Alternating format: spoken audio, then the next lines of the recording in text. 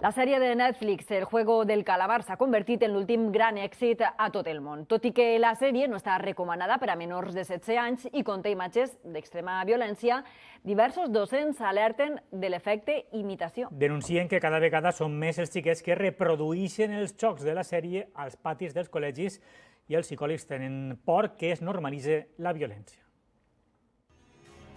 Són imatges de la sèrie sud-coreana El joc del calamar. Adaptadors a tot el món, causa furor a les pantalles i també als patis dels col·legis.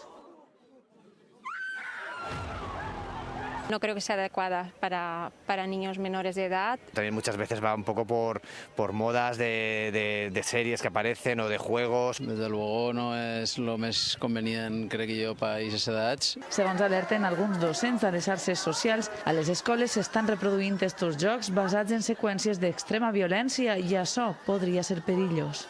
Si els xiquets pensen que això és algo atractiu per a ells, que volen imitar, el que van a fer és incorporar aquest tipus de comportaments, aquestes coses que veuen en allò que fan en el dia a dia, no? Molts veuen els capítols d'amagades, però també hi ha qui ho veu en família. Lo adequat seria el poder parlar en els xiquets i les xiquetes i explicar que això és una sèrie, això té que veure, és ficció.